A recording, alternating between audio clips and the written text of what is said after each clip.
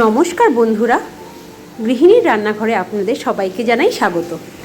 আজকে একদম সিম্পল উপায়ে খুব সামান্য উপকরণে বানিয়ে ফেলেছি মুরগির মাংসের লাল ঝোল।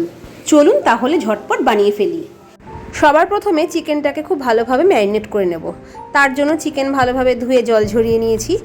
দিয়ে দিচ্ছি এখানে হাফ কাপ পরিমাণ ঘরে পাতা টক দই, দিচ্ছি এখানে 1 চামচ পরিমাণ হলুদ গুঁড়ো, 1.5 চামচ পরিমাণ ধনের গুঁড়ো, দিয়ে দিলাম 1.5 চামচ পরিমাণ জিরের গুঁড়ো। ঝালটা যার যার পরিমাণ মতো দেবেন। এখানে আমি লাল লঙ্কার গুঁড়ো দিচ্ছি 1.5 চামচ পরিমাণ। যেহেতু মুরগির লাল ঝোল বানাবো তার জন্য কাশ্মীরি লঙ্কার গুঁড়ো দিয়ে দিলাম 2 চামচ। টেস্ট একটু ব্যালেন্সের জন্য দিলাম সামান্য চিনি, স্বাদ অনুযায়ী লবণ। এবারে দিয়ে দিলাম এর মধ্যে 2 চামচ পরিমাণ আদা এবং রসুন বাটা, আর সবার শেষে এর মধ্যে দিয়ে দিচ্ছি সর্ষের তেল।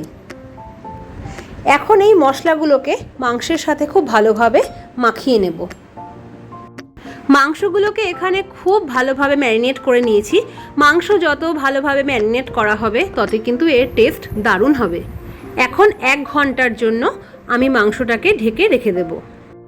চলে এলাম 1 ঘন্টা পরে।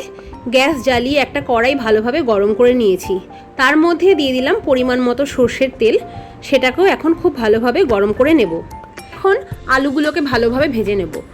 বড় আলুগুলোকে 2 টুকরো করে কেটে নিয়েছি। তেল গরম করে এখন আলুগুলোকে দিয়ে দিচ্ছি তেলের মধ্যে। আলু ভালোভাবে ভাজার জন্য দিয়ে দিচ্ছি এখানে 1 চামচ পরিমাণ লবণ এবং অল্প একটু পরিমাণে হলুদ গুঁড়ো। লবণ এবং হলুদ গুঁড়ো দিয়ে আলুর সঙ্গে ভালোভাবে মিশিয়ে নেব। বাঙালির মুরগির মাংস রান্নায় যদি আলু না থাকে তাহলে কিন্তু রান্না একদম পূর্ণমাত্রা পায় না।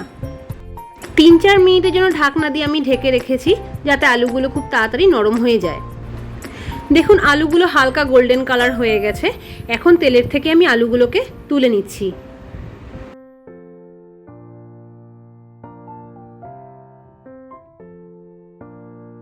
এবারে আলু ভাজার এই তেলের মধ্যে আমি দিয়ে দেব কিছু ফোড়ন। দিয়ে দিচ্ছি এখানে গোটা জিরে, 4টের মতো লবঙ্গ, 2টো এলাচ যার মুখ ছিঁড়ে নিয়েছি এবং 2টো ছোট টুকরো দারচিনি। ফোড়নের থেকে সুন্দর গন্ধ বের হয়ে এলে দিয়ে দেব এখানে পেঁয়াজ কুচি। 4টে বড় সাইজের পেঁয়াজ ভালোভাবে কুচি করে কেটে নিয়েছি। দিয়ে দিচ্ছি এখানে 1 চামচ পরিমাণ লবণ যাতে পেঁয়াজ খুব তাড়াতাড়ি নরম হয়ে যায়। আর পেঁয়াজটাকে ঠিক এরকম গোল্ডেন কালার করে ভেজে নেব। দিয়ে দেব এখন টমেটো পিউরি। 2টো মিডিয়াম সাইজের টমেটোকে মিক্সার গ্রাইন্ডারে নিয়ে ভালোভাবে পেস্ট করে নিয়েছি।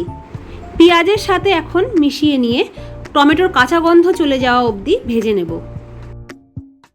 পেঁয়াজ টমেটো বাটা থেকে সুন্দর তেল বের হয়ে এসেছে।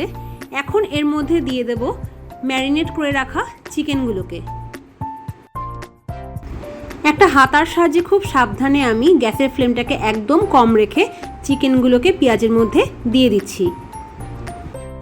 সমস্ত চিকেন দেওয়া হয়ে গেলে পেঁয়াজের সাথে এবার খুব ভালোভাবে কষিয়ে নেব। মোটামুটিভাবে পেঁয়াজ এবং টমেটো মাংসের গায়ে ভালোভাবে মাখিয়ে নেওয়া হয়ে গেছে। এখন একটা ঢাকনা দিয়ে আমি গ্যাসের ফ্লেমটাকে একদম লোতে রেখে 10 মিনিটের জন্য রান্না করে নেব। দেখুন চিকেন থেকে কিন্তু বেশ জল বের হয়ে এসেছে। এই চিকেনের জলেই চিকেনগুলোকে ভালোভাবে সিদ্ধ করে নেব।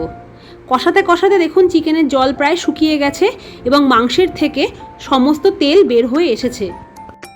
এখন এর মধ্যে দিয়ে দিচ্ছি মিক্সার গ্রাইন্ডারের বাটি এবং মাংস ম্যারিনেট করার বাটি ধোয়া জল। এই জল দিয়ে মাংসর সাথে ভালোভাবে মিশিয়ে নিয়ে অনেকক্ষণের জন্য আবার রান্না করে নেব। মাংস ম্যারিনেটের এই জলটা ভালোভাবে ফুটে এলে এর মধ্যে এবার ঝোলের জন্য দিয়ে দিচ্ছি গরম জল। আমি এখানে আমার প্রয়োজন মতো ঝোল রেখেছি, তার জন্য সেই পরিমাণেই জল দিয়েছি।